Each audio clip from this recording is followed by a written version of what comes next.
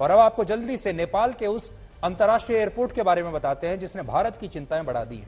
इस एयरपोर्ट का उद्घाटन नेपाल के प्रधानमंत्री ने 1 जनवरी को किया है इसी साल। नमस्कार दोस्तों, एक बार फिर करंट अफेयर चैनल में आपका स्वागत है। सबसे पहले नए साल की बहुत बहुत शुभकामनाएं। भगवान करे यह नया साल आप लोगों में खुशहाली लेकर आए। बढ़ते हैं आगे। दोस्तों, सोशल मीडिया में एक वीडियो बहुत वायरल हो रहा है। इस वीडियो में दिखाया गया है कि कैसे नेपाल विमान अर्थात हवाई जहाज एयरपोर्ट के निर्माण से भारत की रातों की नींदें उड़ी हुई है। ऐसा क्या है इस एयरपोर्ट में जो भारत की नींदें उड़ी हुई है?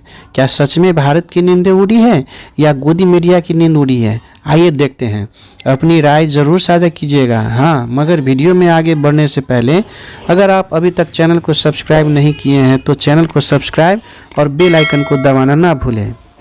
आइए देखते हैं क्या इस वीडियो में। नेपाल ने पोखरा इंटरनेशनल एयरपोर्ट का नाम दिया है और काठमांडू एयरपोर्ट से इसकी दूरी लगभग 200 किलोमीटर है।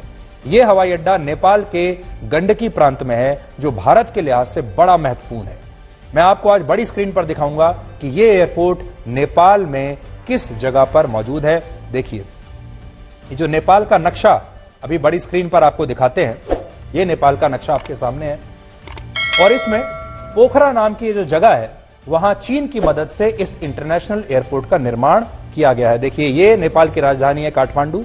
लगभग 200 किलोमीटर दूर पोखरा नाम की जगह पर यह एयरपोर्ट बना है और यह भारत के लिए बहुत चिंता की बात है। आपके लिए भी चिंता की बात होनी चाहिए। इस एयरपोर्ट से चीन की सीमा सिर्फ 85 किलोमीटर दूर है। देखिए, चीन की सीमा कहां पर है। ये सिर्फ 85 किलोमीटर दूर चीन शुरू हो जाता है, जबकि भारत की सीमा यहां से 75 किलोमीटर दूर है। ये देखिए, यहां भारत आ जाता है। यानी चीन 85 किलोमीटर, भारत 75 किलोमीटर और दोनों के बीच में यह नेपाल में एक एयरपोर्ट है और इस एयरपोर्ट की दूरी LAC से सिर्फ 390 किलोमीटर है। यहां ये LAC है चीन के साथ हमारा, वहां से सिर्फ 390 किलोमीटर की दूरी है।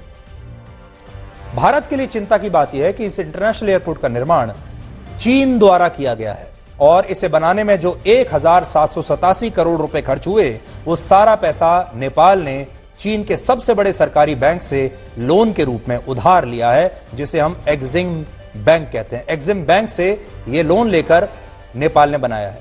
यानी चीन ने पहले नेपाल को पोखरा में एयरपोर्ट बनाने का सुझाव दिया, फिर उसे अपने ही सरकारी बैंक से कर्ज दिलाया और इसके निर्माण में पूरी मदद की और चीन की कंपनियों की मदद से ही इस एयरपोर्ट को तैयार किया गया है।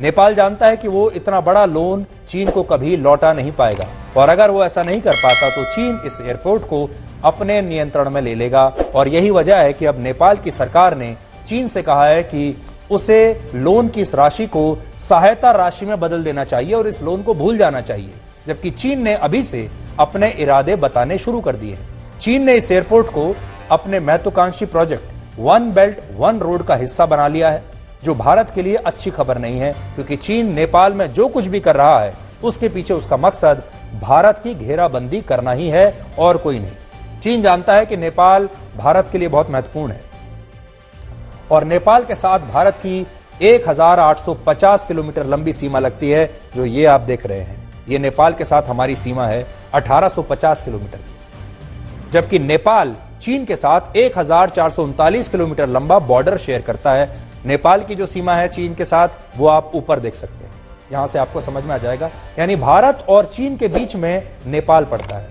अब भारत इस सीमा से सिर्फ 75 किलोमीटर दूर नेपाल में ये एयरपोर्ट बना है, जहां से उसके लिए भारत पर नजर रखना और भारत तक पहुंचना बेहद आसान हो जाएगा। इसके अलावा चीन नेपाल में भारत के प्रभाव को कमजोर करना चाहता है, इसलिए उसने 3 करोड़ की आबादी वाले नेपाल को कर्ज और निवेश के जाल में फंसाना शुरू कर दिया है।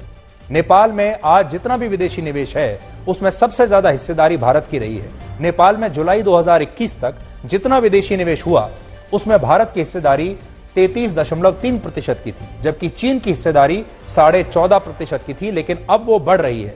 अगर सिर्फ पिछले 6 साल की बात करें तो नेपाल में चीन ने सालाना निवेश बढ़ा दिया है और पिछले 6 साल से वो नेपाल के लिए सबसे बड़ा विदेशी निवेशक बना हुआ है।